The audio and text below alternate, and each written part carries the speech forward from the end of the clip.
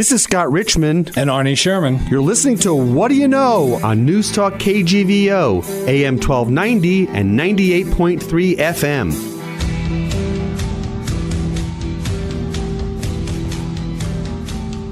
Arnie, good morning to you. Good morning, Scott. Beautiful morning. I love these fall mornings in Montana. They're crisp, and then it warms up during the day. It's terrific. I agree. So driving over, they played a song I hadn't heard in years, and I can't get this song out of my head. And it's probably one of the most depressing love songs ever written. And I just wanted to share that with you this morning because you're going to have to help me get this out of my head. It's from 1977, written by Jim Steinman. And you know this song, 2 Out of 3 Ain't Bad by Meatloaf. Right. Remember that? The line, it's so depressing because the chorus line is, I want you, and you say, I want you, I need you, right. But there ain't no way I'm ever going to love you. Right. So don't feel bad because 2 out of 3 ain't bad. Yeah. And that's just a terrible love song. But I was thinking about love songs, probably the second largest category of songs after love songs are drinking songs. Oh, yes. And I was trying to think as I came in because we're going to have Scott Liao. Matt Liao. Matt Liao right. from the Montana Brewery Association. Right. My favorite drinking songs. And, of course, with beer, as a kid growing up, you had 99 bottles of beer on the wall. Right. But there are two others I was going to share with you, and then maybe you have one or two of your own. One is an oldie, Warm Beer, Cold Women by Tom Waits. Oh, I love I don't know Tom if you remember Waits. that. That was a great song. Oh, yeah. And then a newer one by Toby Keith, A Beer for My Horse.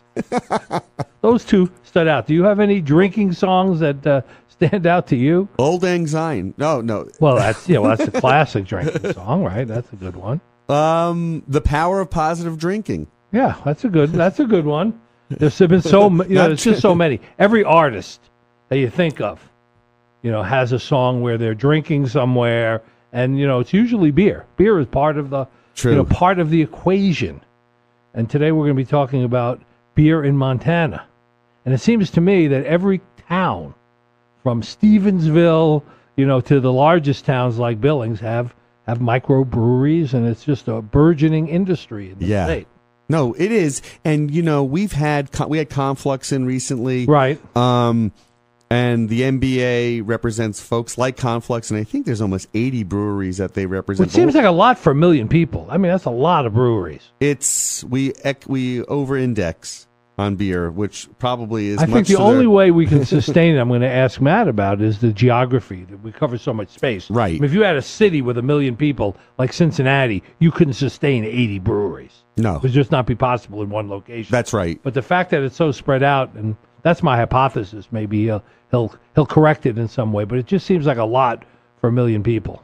Well, and what's great about breweries, and we talked a little bit about this with the guys from Conflux, was that people build their travel schedules, especially out-of-staters or in-staters for that matter, plan travel around destinations that have breweries. Like going to Portland, for example. Right, like going to Portland, and go to Phillipsburg, go to Bozeman. Certainly, Missoula is the ground zero for microbreweries. I have a much more objective opinion about all this than you do because I don't drink beer.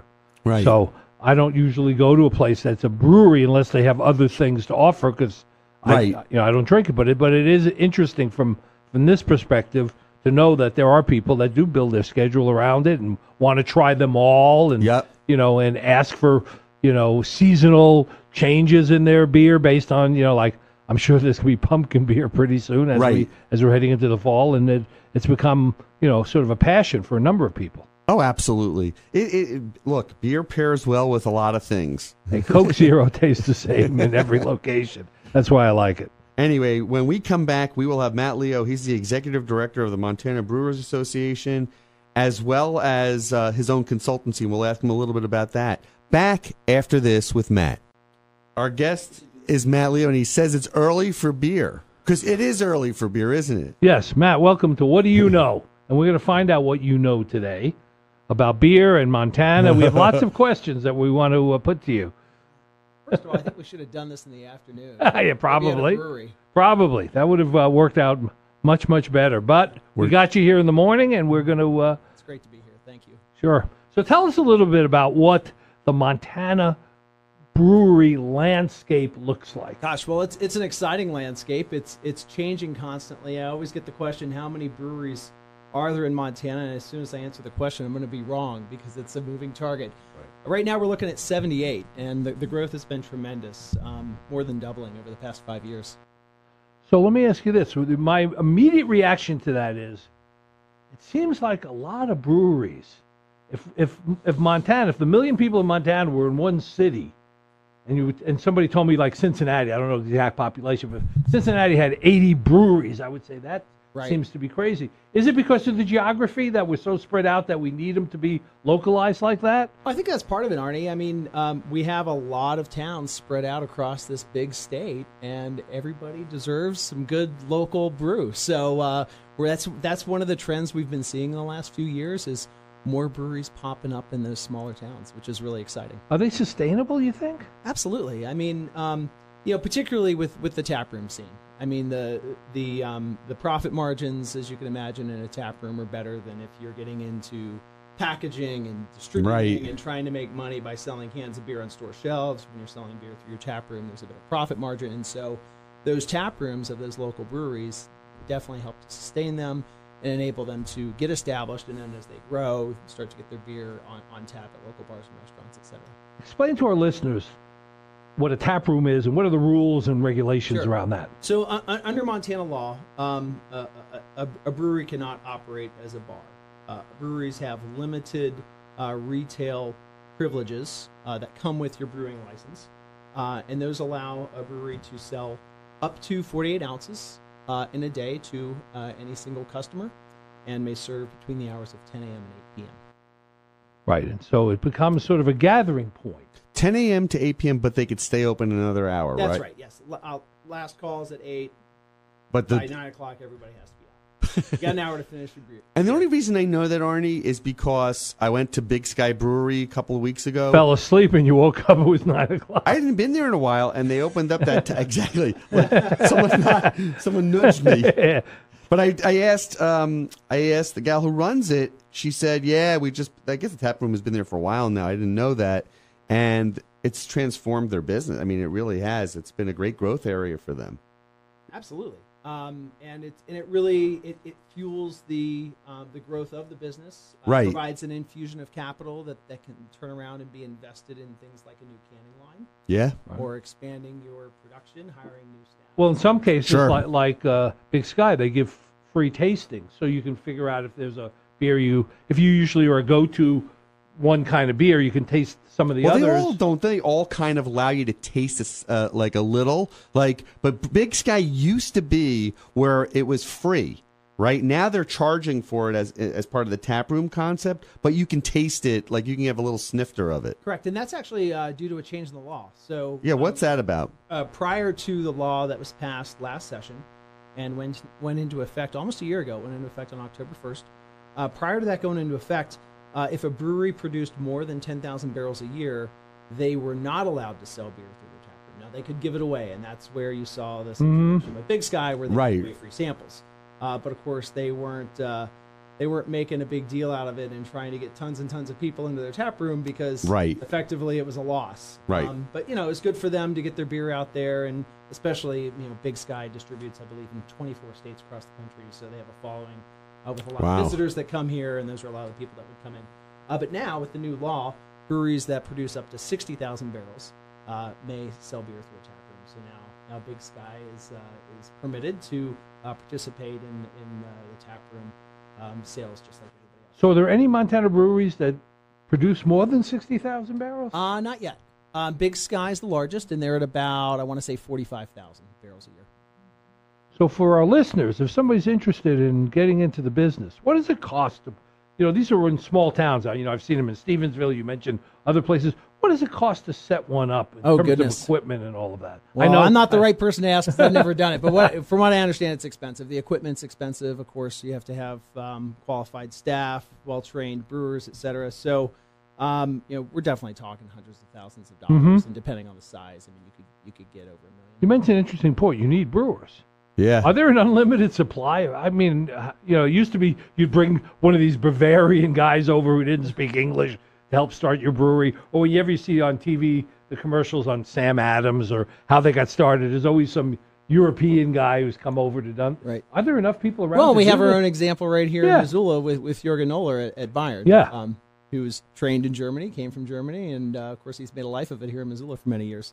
But these days it's changed, and there's actually a brewing program at Flathead Valley Community College, which is turning out qualified brewers right there. How long is the course, or how long is the do you have to study to do that? I believe it's a 2-year program. Okay, wow. To be a master brewer? Is it a master brewer? What's it called? I don't think it's a master brewer. No. Yes, it's a program to master brewer. Right?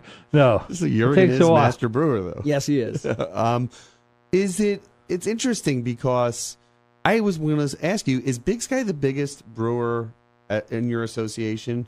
Yes, Big Sky is the biggest brewery in our association and the largest in the state. Largest in the state. Right. 24 states. I didn't realize that. So how do they sell it through another distributor? Because I know like Zip Beverage distributes them here. So they have other distributors. How does it work? Yeah, actually? So distributorships are set up locally.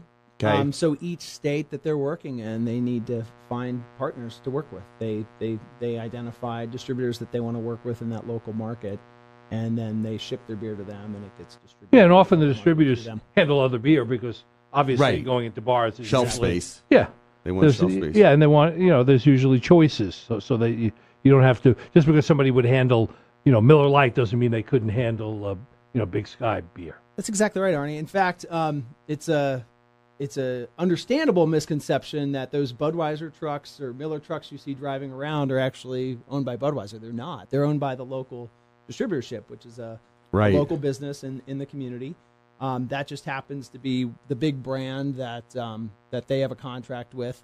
But yes, those distributors, a lot more and more are distributing craft beer and a lot of Montana craft beer. Right, and we know here in Missoula we have Zip Beverage and we have Summit Beverage, are the two biggest distributors of beer. Right. Is the concept of like how breweries are now having like music series or they're having restaurants attached to them?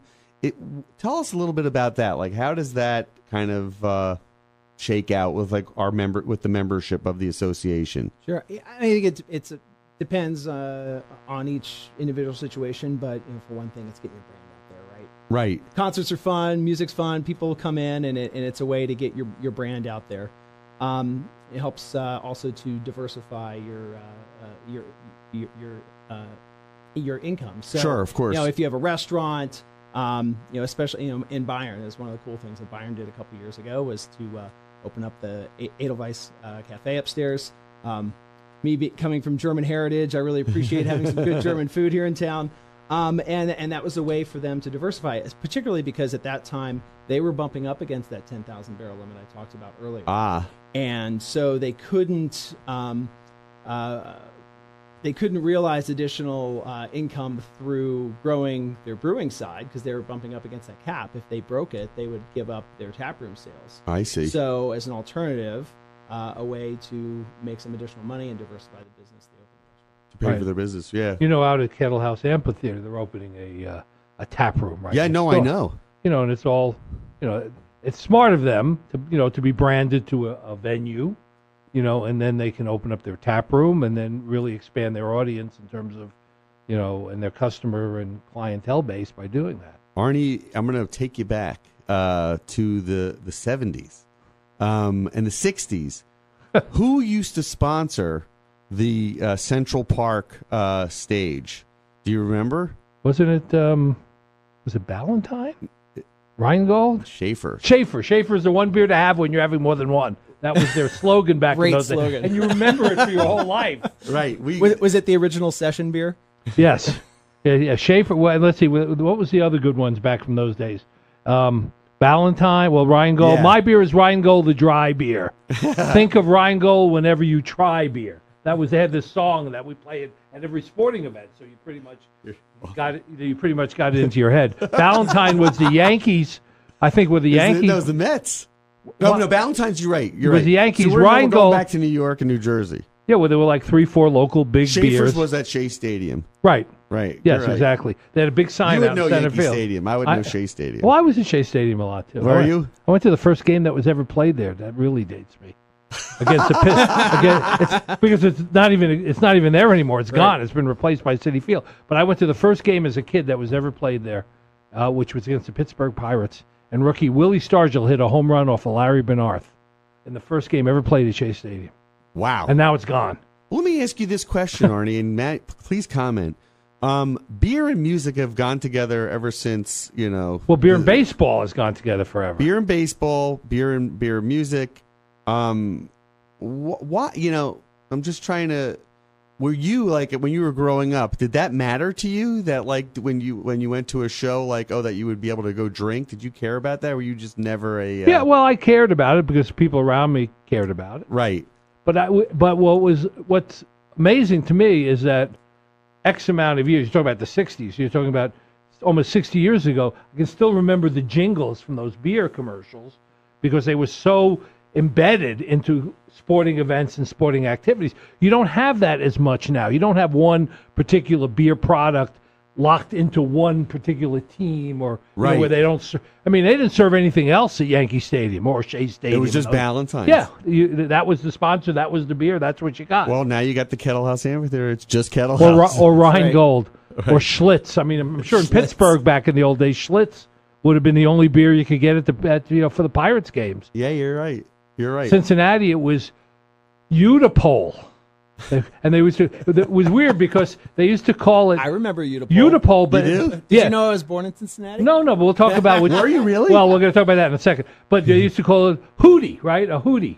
You could get a Hootie. It was funny because the name was Utapole, but when you asked about the beer, it was a Hootie. So are you a Skyline or a Gold Star guy? Skyline all the way, buddy. Good. He's the right guy then. He's the right guy. Right? Oh, yeah. You have to make a determination when you're in Cincinnati whether you're a Gold Star, Skyline. There's a few other. Oh, for chili? For chili. And there's no chili like it. No, let's just identify our guest. He's Matt Leo.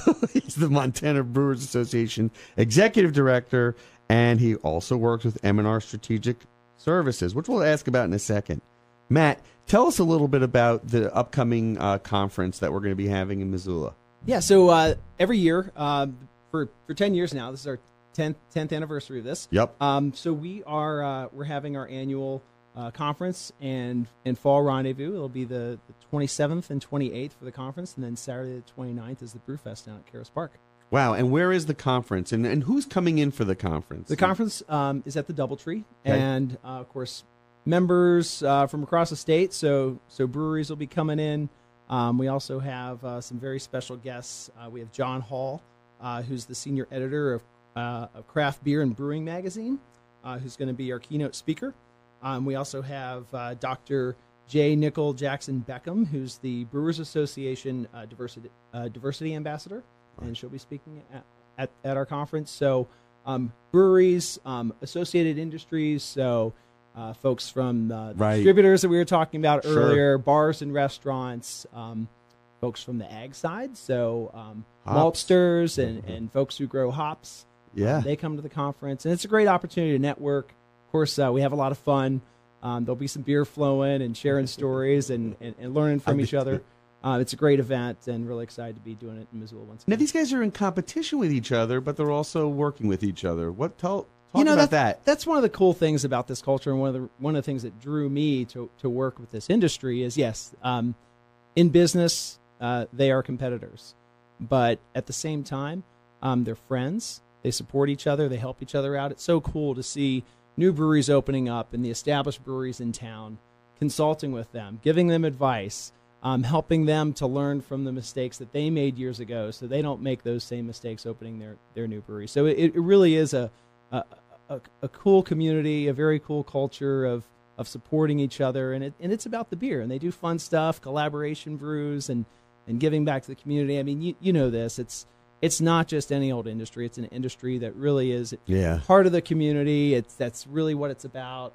We were talking about the tap rooms earlier, and and how they're such a community meeting place, and that's what makes it so fun. And it is also serious business, and it's growing and making money while we're having fun. So, are the national brands part of the association? No, the Montana Brewers Association is strictly local, independent craft breweries. And how do you interface, or do you not interface with the national brands? I mean, quite frankly, we don't interface with them too much. But you stay on top of the trends that are absolutely. going on. We monitor what's going on, but they're huge players. When you talk about shortages of aluminum cans, right, they're the ones gobbling it all up. When right. you talk about trends with hops and malt, a lot of that's being driven by pricing. Pricing is controlled in a way by them. Yep. At the same time, what's really cool is we are seeing, while we see the local craft side of brewing growing, right. In a corresponding way, we're seeing the same thing happen on the supply side. So we're seeing local maltsters popping up that really want to cater to the suppliers of the industry. Exactly, providing the malt that the local craft breweries want. Nice. And are some of the national brands also, are they investing in and buying craft breweries? Yeah, that was my question. It's if you can't beat them, join them. So what we've seen is there a trend? Absolutely. What we've seen, beer sales nationally are flat. Americans are not drinking more beer. But within that subset of overall beer sales, we have seen growth in craft beer. Of course, the folks at Anheuser-Busch InBev and Miller Coors are no dummies. They notice these trends as well. And so what they've decided to do is identify regional craft breweries, not your tiny brewery that just has a tap room, bottle, but for example, big enough to be worth their time. They're buying them up. The first nationally kind of promoted craft beer, I think, was Sam Adams, right? Right. Aren't they now owned by one of the? No, they are still independent. But there are a few that I've read somewhere that have been gobbled up by the bigger players. Yeah. Well, Red Hook, or not Red Hook, Red Ale. God, I used to drink it out of Seattle. It's Red Hook. They were gobbled up by InBev. Yep. I remember years ago because I used to love that. It was independent out of Seattle, and then they got eaten up by them. And I'm trying to think who else. Goose Island out of Chicago. Yeah, Goose Island out of Chicago. Right. Up. Do you feel like, with the laws changing, I would imagine, and I'm sure this is, there's some controversy that the Tavern Association, I know, has put up fights from time to time because it feels like it's bleeding into their business, and they pay a lot of money for liquor licenses. And what are your you just hit the nail on the head. This is that dynamic of us being at odds. We're not in business. We're partners, right? Bars serve craft beer. Their customers want craft beer, so they want to carry the beer that the customers want, and our breweries love having bars and restaurants that want to carry their beer. So it's not like we're mortal enemies. Right. But in the policy world, we end up at odds, and that's because of the way that our liquor laws are set up. So only, first of all, there is a prohibition on owning a liquor license if you're a manufacturer. So if you're a brewery, you're a distillery, you may not own a liquor license. Okay. So that's why there's that exception where you may have a tasting room, limited hours, limited ounces. So other than that, you're not allowed to serve alcohol under a liquor license. And those liquor licenses, as we know, are expensive. The reason they're expensive is they're treated as private property that can be resold on an open market. See. And so laws of supply and demand. Oh, and there's a quota system, and so they're limited in supply. So they're like taxi shields. There's more demand for those licenses than there is supply. Drives the price up. And the people who hold those licenses hold something of value, and they don't want to see that value diminished. That's perfectly understandable. They don't necessarily own them outright either. A lot of them have taken out loans to buy those licenses. Sure. I'm sure. That raises the stakes as well. So the political dynamic is really driven by the regulatory regime that we have. Wow. Okay. And of course, the inherent interest that those license holders have. For example, Montgomery Distillery can't hold a liquor license. Correct. So they have their version of their tap room set up in downtown Missoula. Exactly. And it really is a very serious dilemma because, for example, in New York City, where a taxi medallion costs $1 million, right? When Uber came in, that's Michael Cohen, right? When Uber came in, the value of those have dropped to $500,000, around $500,000. Yeah, many people took out $1 million loans Now they don't have, it's not worth what it used to be worth. They're never going to get $1 million. I mean, it's a tremendous disadvantage, even with the fact that, and you probably don't know this, in order to get an Uber permit to drive in New York City, you pay $60,000 for an Uber permit or a Lyft Is that permit. right? Yeah, or a limo. Yeah, well, they're categorizing them as a limo service. You have to pay the same fee. That still has not, helped too much. All the shield They're offsetting holders. the loss of from the shields, the value of the shields. But the owner of the shield has no benefit Recourse. from the right. Exactly. Is it? So that's interesting. Huh. So that's a similar dynamic that It's would a happen great here. analogy, Arnie. Yeah, Absolutely. of what would happen. But just so I'm clear, at Kettle House Amphitheater, they can serve alcohol because it's owned by Logjam, and they That's have right. the So- liquor so, license. and- Okay. And I was just there for the Trombone Shorty show the other night. It was Okay. if you missed it, sorry for you. It was a great show. Trombone.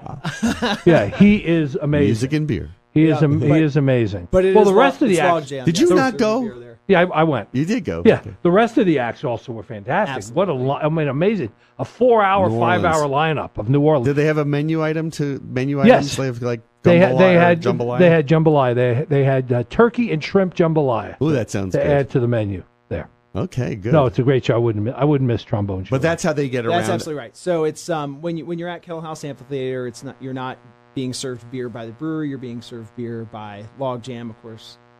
That's also associated with the Wilma and the Top Hat. So Right. They have a liquor license that they're serving that beer under. Okay. Let me switch gears a minute. Tell me about Matt. What's your background? How'd you get into this? What's your story? Well, like I said, I was born in Cincinnati, Ohio, during the days of the Big Red Machine. I can And, name all the players on the Big Red Machine, and I'm a New Yorker. But they were one of the most fearsome teams, position by position of anybody, right? Absolutely. Johnny Bench behind the plate, right? Tony Perez at first. At second was Oh gosh. Davey Concepcion. Dave Concepcion, thank you. Shortstop was Pete Rose at third. Yeah. Yep. I can't remember who the short. I mean that's bad. The outfield was Geronimo, and the guy that later played for the Mets that moved to the Mets. Can't remember all the outfield. Bernie Carbo also played on that same team. I remember most of them. Wait For a a guy minute. that was not. Did you skip Johnny Bench? No, I said I started with him okay. behind the plate. I once played golf with Johnny Bench. One of the highlights of my. You did? Yeah.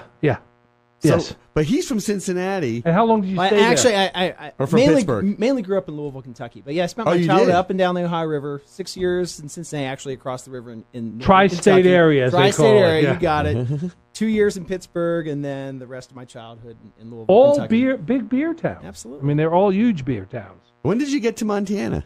Came to Montana in 1997, right after I graduated college. Really? Ski bummed for a couple years and loved the place so much. And And he is an stayed. active winter, all seasons enthusiast, right? Absolutely. We know Outdoors lifestyle. He loves the outdoors lifestyle. Well, tell us a little bit about M&R Strategic Services. Yeah, so that's the consulting firm I work for. We do work for a lot of nonprofit organizations and coalitions. We do issue work. So I say I'm a political consultant. People say, "Oh, which party do you work for?" The answer is neither. We don't do party work. We work on issues, and of course, when it comes to beer, that is an issue that I work on, and I serve as the executive director of the Montana Brewers Association.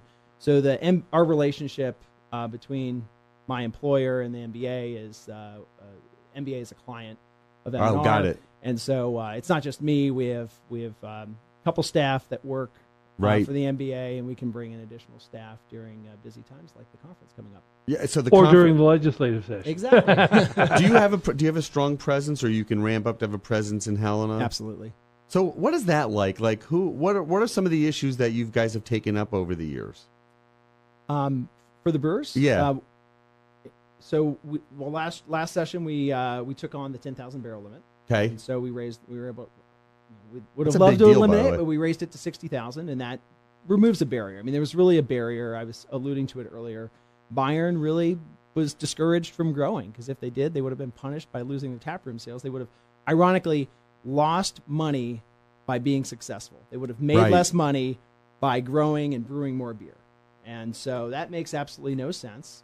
And that resonated with the legislators, Absolutely. right? And able did to the list Tavern that. Association, like, they were probably, isn't there a direct correlation, though? If the tap rooms are successful, the taverns are successful? Isn't there like some, there's a lot rising of tides there's a lift lot all of debate boats? around this. I mean, I think some people want to represent that every single person that's in a tap room is a body that's not in a bar stool. You and I know that's not necessarily the case. Well, particularly if I don't in a go town to a like- brewery, that doesn't necessarily mean I go to a bar. They're different environments. But I think there is an argument for business lost at bars with the versus tap rooms. So I'm sympathetic to that. At the same time, the growth of the tap room culture can be very positive. I see, especially with breweries having to stop serving at 8 p.m.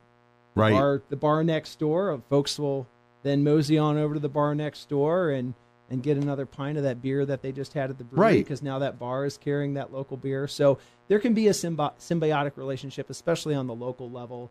I've seen this in Helena on the Walking Mall where 10 Mile Creek came in. There's a lot more happening on that block now. And it's not just 10 Mile Creek. There's the wine bar next door, and there's Big Dipper a couple doors down. But there's more happening there, and that's only a good thing for those bars and restaurants that are on that street too, because now you have more foot traffic. Huh. But between the association and your consulting firm, do you help brewers that are starting up? Like we had Hugh Yates here, from Conflux. When he was building it, was he in contact with you about what he ought to do, what experiences, do's and don'ts that you could share with them? A bit. I mean, but by no means I don't want to represent that we're not business consultants. We're not here to help you figure out how to set up your business, how to write your business plan. But certainly we help connect people with the right folks to get their questions answered.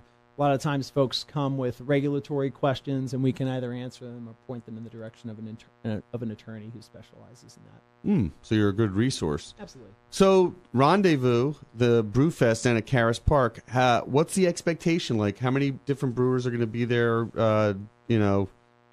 selling beer or whatever? You actually talk about Rendezvous for a second, 'cause I think people need to know about that. This is our 10th annual Rendezvous in Missoula. Very excited to be back in Missoula for a 10th Brew Fest here. And we have 33 breweries planning to come with 114 different beers that'll be on tap. Wow. And we don't do the whole beer ticket, beer token thing. So your beer samples are included in the price of admission. So and what is the price of admission? It's what is it? It's $25 for general admission, $35 for VIP. VIP gets you in an hour earlier. You get a VIP hour glass. more beer. That's the way you look at it. And the nice thing is you get there earlier. You don't have as big of lines. It's a lower key. It's more of an opportunity. That seems very reasonable to have unlimited access to 114. Well, it is brands. limited by what you should consume. So we will cut people off. Yeah, they're very responsible if they've overindulged. But rather than doing the whole beer ticket thing, it is a sampling event. We want people to have an opportunity to try a lot of different beer, and they are small samples. We pour 4 ounces in your glass, and one of the really cool things for me is that they're going to be 21 festival release beers. These are beers that you don't get anywhere else. They're not at the bar. They're not on store shelves. You want to try out these special release beers that some of your favorite breweries have concocted, come on down to the Rendezvous on Saturday the 29th. Is there entertainment as well? Absolutely. And food. Yes. Besides we've watching got music, we've got people food. imbibe too much beer. It's really a great event. Dodgy Mountain Men will be playing. Oh, really? And now... How many people did you get last year, by the way, just so we have a rough idea? Yeah, we typically get well over 1,000. I want to say last year we had 1,400. Wow, that's pretty good. There's so many brew fests actually that are in Missoula, but nothing's quite like this because this really is, representing the brewers. And to your point, the festival beers. Aren't there awards that are given out at the end of every? That's right. And thanks to our friends at the Zoo City Zimmergis, the local homebrewers club, we do have judging. We'll be judging on 17 different styles, and then also in the categories of best of show and best festival release. So there'll be 19 awards given out. Wow! And we used to do that later in the night, and we've shifted to doing that earlier, so that we can get those awards out. And That's good. And then the beer lovers who are there can make sure they agree or disagree with those winners. Exactly. So it starts at what time? Starts at 4:00. So VIP is open at 4, 5 o'clock. General admission open to around 8. Yeah, it goes until 9. 9. Rain or shine. Snow or rain or shine. That's one of the beauties of having Karis Park with the tent. Yeah, we've had snow, we've had glorious sunny days, but no matter what, it's always a great event. Sure, it really is a great event. So tell me, we're here in western Montana.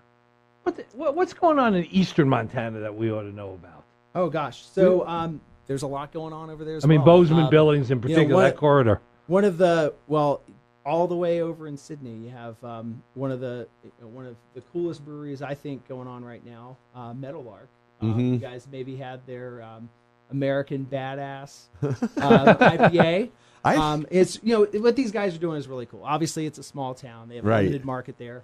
So, and I did. What are they doing? I did bring a couple trail maps for you guys. Thank you. So Sydney's almost at the end of the universe. That's right. It's almost in the Dakotas. Oh my God! Have you been in Sydney?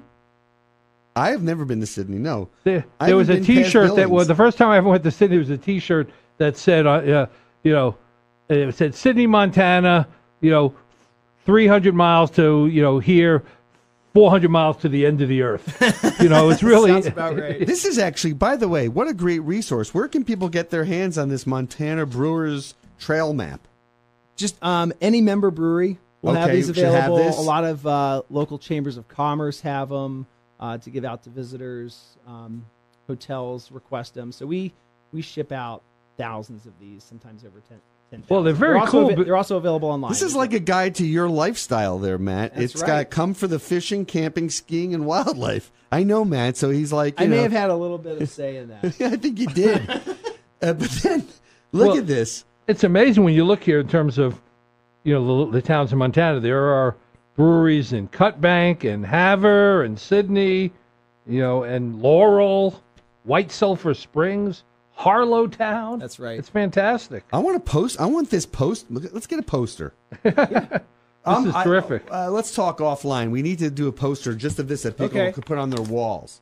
Okay, maybe we could sponsor it. I'm telling you, this is a real resource, Arnie. Look at this. Now let me ask you a question. And by the way, I want to correct something. I misspoke on the hours. Those are the hours for the other Brewfest we've done this year. Oh yeah. For this one, it's going to start at 3.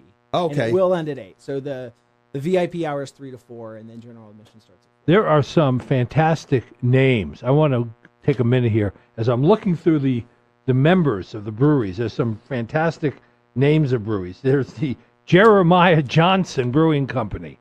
From those of you who remember the old great movie with Robert Redford. Wow. There is the gentleman who owns it. His name is Jeremiah Johnson. Well, that's even better. That's even better. So it was a no-brainer, right?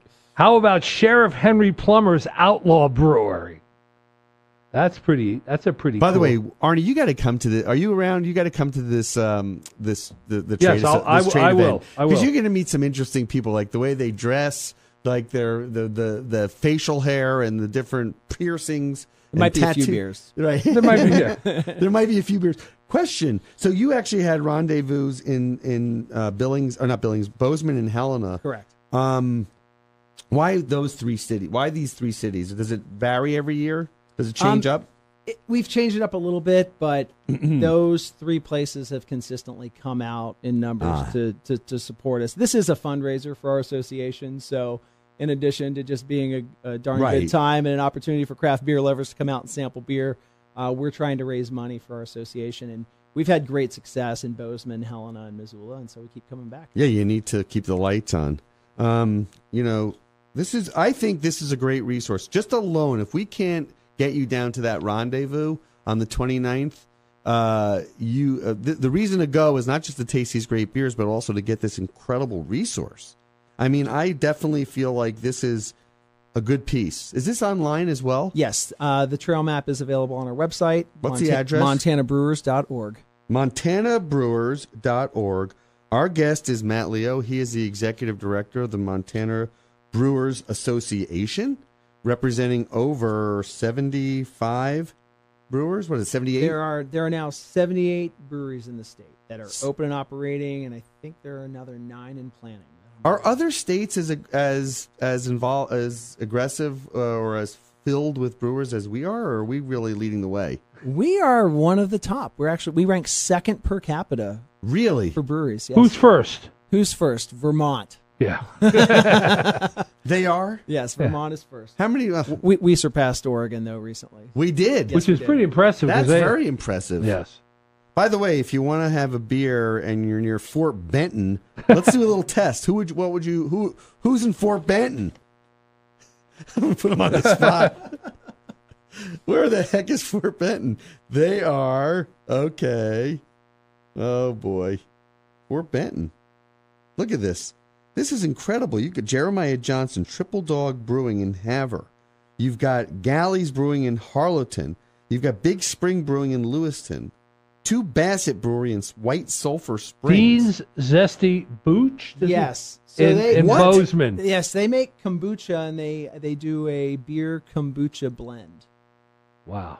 So they're one of our newest members. I'm going to check It's Golden Triangle. I put them on Golden Triangle. I'm going to go to Benton. Beaverhead Brewing in Dillon. I love Dillon. Except And you must love Dillon, too, because of the Patagonia outlet. Guilty as charged. Patagucci outlet. It really is. There's a couple of reasons to go down there. That's one of them, and so is Beaverhead Brewing. This is a real resource. Yeah. Again, I can't keep for beer lovers, you need to have this. Let's take a quick break. When we come back, we will have final words with our guest, Matt Leo, who's the executive director of Montana Brewers Association, and he is a strategist at M&R Strategic Services here in Missoula. Back after this. All righty, we are back with Matt Leo. So, Matt, we have 78 companies that are members, and we have 9 more coming in. What's the economic impact of brewery business in Montana? Well, the economic impact's over $300 million annually right now. And as I was talking about earlier, and that the trend is upward. It's growing. Breweries have more than doubled in the last 5 years, so it's a major contributor to the state economy. And has this been recognized by leaders in the state? Absolutely. So just last week, the governor and the State Department of Labor did their annual Labor Day report, and they made a point of highlighting Montana's craft brewing industry as a major contributor to the positive economic outlook in our state. One of the things that they pointed out was that Montana's manufacturing sector ranks 3rd nationally for growth, for GDP growth. And Montana Brewers are a big part of that, actually, when you look at the numbers they put out. Beverage and food manufacturing, which, of course, brewing fits into, is the 2nd largest category for manufacturing in the state. Yeah, well, you mentioned earlier, which most people may not think about when they are listening to this, is not just the sale of product. It's the manufacturing of the equipment. It's the commercial development of the property. It's hops and suppliers that provide all of the things that go into it. I mean, it has a very broad impact, other than just the sale of beer. It's a value-added product. I mean, Montana farmers have been growing barley for malt for a long time, but it's been a more recent trend that more and more of that barley malt is being made into craft beer right here in Montana. And hopefully more and more that beer gets exported to other states so we can share the great beer we brew right here in our neighborhood. And even internationally. I mean, there's just as we went through a phase here in the United States where imported beer, was considered the cool thing before. Right. That almost was trendy. A precursor to the micro, breweries and to the craft beer industry. Now, going to someplace like Tokyo or Beijing and getting a Montana beer, would be a very cool thing and a very hip thing. Yeah, and let me ask you this, is there a demographic kind of trend with craft brews? Is it bringing more women drinking it? Like, what's the demographic profile, if you will, of the craft beer drinker? Yes. I think a lot of people picture the craft beer drinker being some 25 to 35-year-old guy with a beard. And certainly we have our share of that. But like me. When we look at our numbers, we look at our Facebook following and who's getting involved and talking about Montana craft beer. It's a lot of women. There's a huge contingency of women. In fact, I want to thank Jesse and Loy from Fermentana, who are helping us to put together our conference this year. They're out of Bozeman. Fermentana is the business that they've started, and they really focus on organizing beer-focused events. So really, there's an example of two awesome, inspiring women who are very involved in Montana's craft brewing industry. That's fantastic. I've noticed it more and more when I go out, and instead of red and white wine, beer is being ordered by women on more visibly than I've noticed before. I agree. Particularly craft beer. They don't want to drink, by and large, they don't want to just go and drink, a Bud. They want something that's, they can put an orange peel on the side of, or something a little bit more customized. Do you think that craft beer kind of is what's also kind of driving, certainly in Missoula and places like Missoula and Bozeman, better restaurants, like food and, people having a more discerning palate? Well, remember, I was surprised when Conflux visited us, their menu. They had a very, very, I think, customized and a high-end menu for a bar. Sure. It's not the Ox. It's not like going to the Ox, go and get brains and eggs. There's anything wrong with the Ox. No. Everybody wants to go there at some point or other. Right. But it's there's more specialty foods and more concern about making sure the food is good. Yeah, definitely. What's your thoughts? You're as a consumer and as the ED of the MBA. Well, my head's still in New York City. Your guys' former stomping ground where I just got back from, and I loved it. I had a great trip. But one of the things I was really surprised by, you go to the bars and restaurants, you go to the stores, there's not as good of selection of craft beers we have right here in Montana. So that really drove the point home for me. Here I was in New York City. That also has something. I get way better beer back home in Montana. That also has something to do with the power of the distributors there keeping the other guys out. Oh God, yeah. I don't want to say the beer mafia, but New York is pretty strongly organized. You can't go into New York with organically grown tomatoes and just take them to grocery stores and have them on the shelf. It doesn't work that way in New York. Yeah. But you know what, though? And you know how everything works. Yeah. They like the style. They like you go in there with a flannel shirt and a Patagonia thing and some craft, but people want that. They want to pretend like they're from out here, but they're not. Well, you got to remember when I first came here, about the same time you came here, 97, the craft beer in Montana was red beer. Right, first place I ever saw that. Tomato juice and beer. That was the first, beer cocktail that I had ever seen. No, that's right. And people still drink that. Anyway, Matt. Last thing. When's Rendezvous again, and give us some of the specifics. Yes, 10th annual Fall Rendezvous is here in Missoula at Karis Park on Saturday, September 29th. VIP hours start at 3 p.m. and then general admission will open up at 4 p.m. and the event will run until 8. We'll have 33 breweries with over 100 beers on tap. And you can get tickets either. You can get them online at MontanaBrewers.org or at local Missoula breweries. We'll be selling paper tickets. Of course, you can get tickets at the gate, but you're going to pay $5 more. So I encourage you to go online, save $5, and get your tickets ahead of time. Okay, Arnie, I'll see you at the Rendezvous. See you at the Rendezvous, Matt. It's been a pleasure talking to you. See you guys at the Rendezvous. Look forward to it. All right, thanks again, Matt. Cheers, Arnie, boys. see you next week. Next week. Thank you for listening to What Do You Know? I can't wait for the next show, Scott. I'm excited too, Arnie. If you'd like to suggest a guest, send me an email at scottrichmond@townsquaremedia.com. We'll see you next week. And thanks for listening to Newstalk KGVO.